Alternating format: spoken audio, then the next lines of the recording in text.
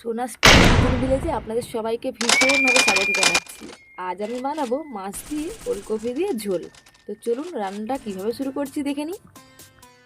নিয়ে নিয়েছি 6 পিস পোনা মাছ। নুন দিচ্ছি, হলুদ দিচ্ছি। এইবার নুন আর হলুদ মাছের মধ্যে ভালোভাবে মাখিয়ে দিচ্ছি যাতে নুনগুলো মাছের মধ্যে ঢুকে যায়। একটা কড়া গরম করে নিয়েছি এবং তাতে বেশ কিছুটা পরিমাণ তেল দিয়ে দিয়েছি। এবার মাছগুলো ভেজে নিচ্ছি।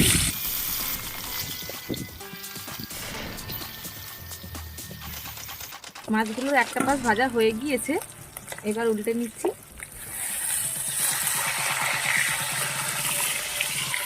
মাছগুলো ভাজা হয়ে গিয়েছে, তুলে নিচ্ছি।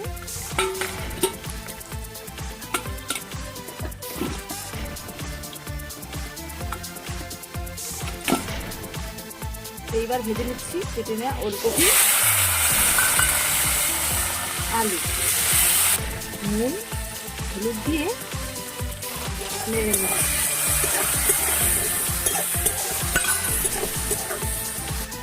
ওলকপিগুলো লাল লাল করে ভেজে নিয়েছি, এবার এগুলো আমি তুলে নিচ্ছি।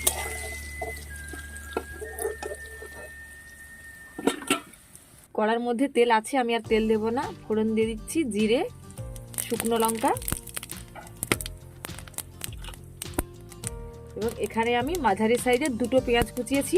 কুচনো পেঁয়াজগুলো দিয়ে দিচ্ছি তেলের মধ্যে।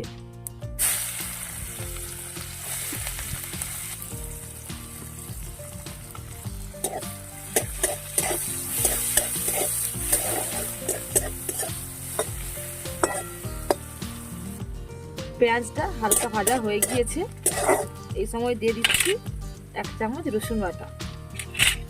রসুন আর পেঁয়াজটা আরও 1 মিনিট ভেজে নিচ্ছি। রসুনটা 1 মিনিট ভেজে নিয়েছি, এবার দিয়ে দিচ্ছি 1 চামচ আদা বাটা। আপনারা অবশ্যই একটা জিনিস খেয়াল রাখবেন, মশলা ভাজার সময় কিন্তু কড়াইয়ের তাপটা একদম মিডিয়ামেই রাখবেন। মিডিয়ামের থেকে লোতে রাখতে পারেন, তাতেও কোনো অসুবিধা নেই, বাট বেশি কিন্তু দেবেন না, তাহলে মশলাটা পুড়ে যাবে, ভাজা হবে না। মশলাটা যত বেশি টাইম ধরে ভেজে নেবেন তরকারির স্বাদটা তত বেশি ভালো হবে। আদাটাও 1 থেকে 1.5 মিনিট ভেজে নিয়েছি। এইবার দিয়ে দিচ্ছি কিছু গুঁড়ো করা মশলা। হলুদ গুঁড়ি, 1/2 চামচেরও কম লঙ্কার, 1/2 চামচ কাশ্মীরি লঙ্কা, 1/2 চামচ জিরে গুঁড়ো, 1/2 চামচ ধনে গুঁড়ো এবং 1/2 চামচেরও কম জিরে গুঁড়ো। মশলাগুলো নেড়ে নিচ্ছি এবং শুকনো মশলাগুলো যাতে পুড়ে না যায় তার জন্য আমি দিয়ে দিচ্ছি অল্প একটু জল।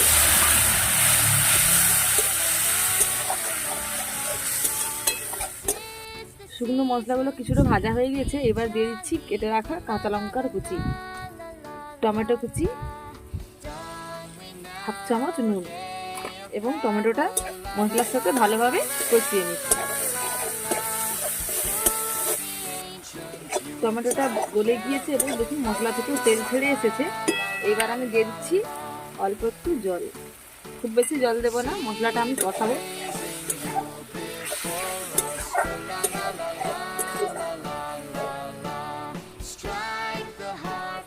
জলটা মশলার সাথে মাখিয়ে দিয়েছি এবং মশলাটা আরও আমি 3 থেকে 4 মিনিট কষিয়ে নিচ্ছি।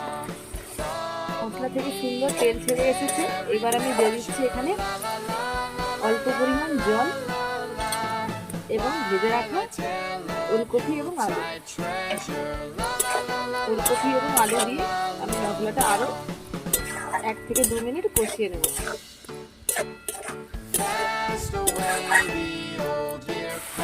ওলকপি এবং আলুগুলো দিয়ে কিছু সময় কষিয়ে নিয়েছি। যেহেতু আমি এটা ঝোল বানাবো তাই জন্য আমি এখানে দিয়ে দিচ্ছি 1 বাটি জল। জলটা ফুটতে শুরু করছে, দিয়ে দিচ্ছি অল্প একটু চিনি এবং স্বাদ মতো নুন। ঝোলটা ফুটে উঠে দিয়ে দিচ্ছি ভেজে রাখা মাছগুলো।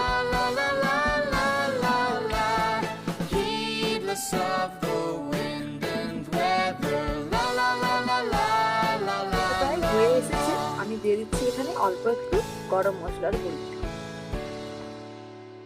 রান্নাটা আমার হয়ে এসেছে, এইবার আমি লাস্ট পর্যায়ে দিয়ে দিচ্ছি কুচিয়ে রাখা ধনেপাতা আর 1 থেকে 1.5 মিনিট ফুটিয়ে নেওয়ার পর নামিয়ে নিচ্ছি। এবার আমি এটা নামিয়ে নিচ্ছি।